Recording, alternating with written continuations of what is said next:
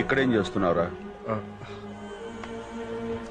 ఏం లేదన్నా, పొద్దున్నే అమ్మ గుర్తుకొచ్చింది, అందుకే ఇక్కడికొచ్చి కూర్చున్నా.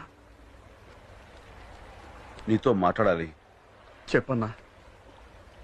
ఒకసారి అటు తిరుగు. నీ కళ్ళలోకి చూసి మాట్లాడలేకపోతున్నాను. నేను నీకు సారీ చెప్పాలి. పాత జ్ఞాపకాలని గుర్తుకొచ్చి రాత్రంతా నిద్రే పట్టలేదు. నీకు గుర్తుందా, ఓసారి నా కాలికి బుల్లెట్ దెబ్బ తగిలితే వారం రోజుల పాటు నువ్వు నిద్రపోకుండా నాకు సేవలు చేస్తూ కూర్చున్నా. అలాంటిది నీమే చేసుకున్నాను. ఇంకోసారి నేను చేసిన తప్పు నీ మీద వేసుకుని పోలీసులతో నువ్వు దెబ్బలుతున్నా. అలా నీమే చేసుకున్నా.